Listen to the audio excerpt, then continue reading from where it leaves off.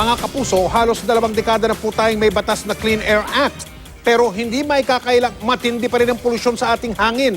Ano naman kaya ang ginagawa ng mga kinaukulang kaugnay niyan? Narito ang pagtutok ni Pia Arcangel. Ang pagpapakalat ng dagdag na air quality monitoring stations tulad nito ang matagal nang ipinapangako ng DNR bilang bahagi ng kanilang pagpapatupad sa Clean Air Act. Ayon sa Air Quality Management Section ng Environment Management Bureau, ang pagsukat kasi sa kalidad ng hangin ang isa sa mga unang hakbang tungo sa pagsugpo sa problema ng polusyon. Para alam natin kung itong lugar na to is healthy or unhealthy yung level ng air quality, syempre, kung unhealthy, mas nakakadulot ng ating ng sakit. Ang nilikha ng Environment Management Bureau na sistema, madali lang sanang maiintindihan ng publiko. Sa simpleng kulay at bilang ng Air Quality Index, makikita kung ligtas o hindi sa kalusugan ng hangin base sa international formula na sinusunod ng DNR.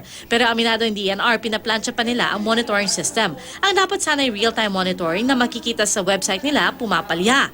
Nawawala-wala kasi ang internet signal na ginagamit nila para makapag-transmit ng impormasyon.